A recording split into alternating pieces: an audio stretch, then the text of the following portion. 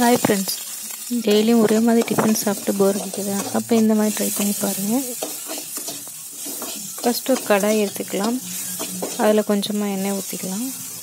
3 வெங்காயத்தை பொடியாக கட் பண்ணி வச்சுருக்கோம், அதை இது கூட உள்ள சேர்த்துக்கலாம். அது கூடவே இஞ்சி, பூண்டு, பச்சை மிளகாய் இதையும் அது கூட சேர்த்துக்கலாம். பொடியாக கட் பண்ண கோஸு,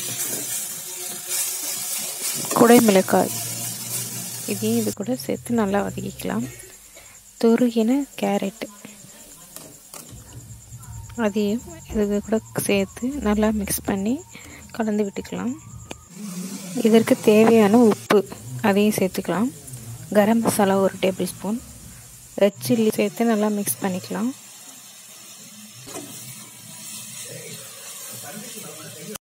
பச்சை வாசனை போகிற அளவுக்கு மிக்ஸ் பண்ணி எல்லாத்தையும் எடுத்து தனியாக வச்சிடலாம். அடுப்பு ஆஃப் பண்ணிடலாம்.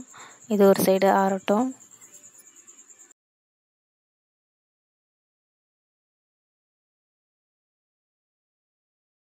கருவேப்பிலை கொஞ்சம் சேர்த்துக்கலாம்.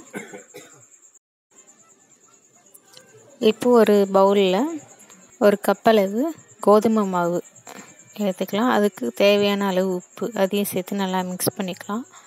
இப்போ நம்ம மிக்ஸ் பண்ணி எடுத்து வச்ச காய்கறி கலவையை இது கூட சேர்த்து நல்லா மிக்ஸ் பண்ணிக்கலாம். இந்த டிஷ்ஷுக்கு பார்த்தீங்கன்னா சைட் டிஷ்ஷே தேவையில்லை, அப்படியே சாப்பிட்லாம். தேவைக்கு ஏற்ப கொஞ்சமாக தண்ணி ஊற்றி சப்பாத்தி மாவு பிசைகிற அளவுக்கு பிசைஞ்சிக்கலாம். இந்த மாதிரி வாழை இல்லை அப்படி இல்லைன்னா பாலித்தீன் கவர் எடுத்துக்கலாம். அதில் பாலித்தீன் கவர் எடுத்துருக்க, அது மேலே கொஞ்சமாக எண்ணெய் ஊற்றிக்கலாம். எண்ணெய் ஊற்றிட்டு உருட்டி வச்சுருந்த இந்த உருண்டைகளை வச்சுக்கலாம்.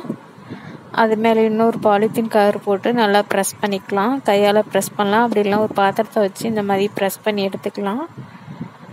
நல்லா எந்த அளவுக்கு மெலிசாக வேணுமோ அந்த அளவுக்கு மெலிசாக ப்ரெஸ் பண்ணிக்கலாம். கரெக்டான ஷேப் வரணும். இந்த மாதிரி ஒரு பாத்திரத்தை வச்சு ரவுண்ட் பண்ணி சுற்றி எடுத்தால் ரவுண்ட் ஷேப் வந்துடும். இது எப்படி தோசைகளை போட்டு சுட்டி எடுத்தால் சூப்பரான டிஃபன் ரெடி.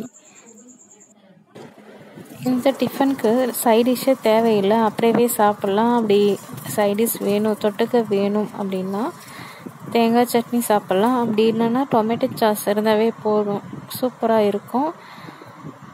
இது நல்ல ஒரு ஹெல்தியான டிஃபன் ரெசிபி. நீங்களும் இந்த மாதிரி ட்ரை பண்ணி பாருங்கள். இந்த வீடியோ உங்களுக்கு பிடிச்சிருந்தா மறக்காமல் லைக் பண்ணுங்கள், கமெண்ட் பண்ணுங்கள், சப்ஸ்கிரைப் பண்ணிக்கோங்க. தேங்க்யூ ஃபார் வாட்சிங். பாய்.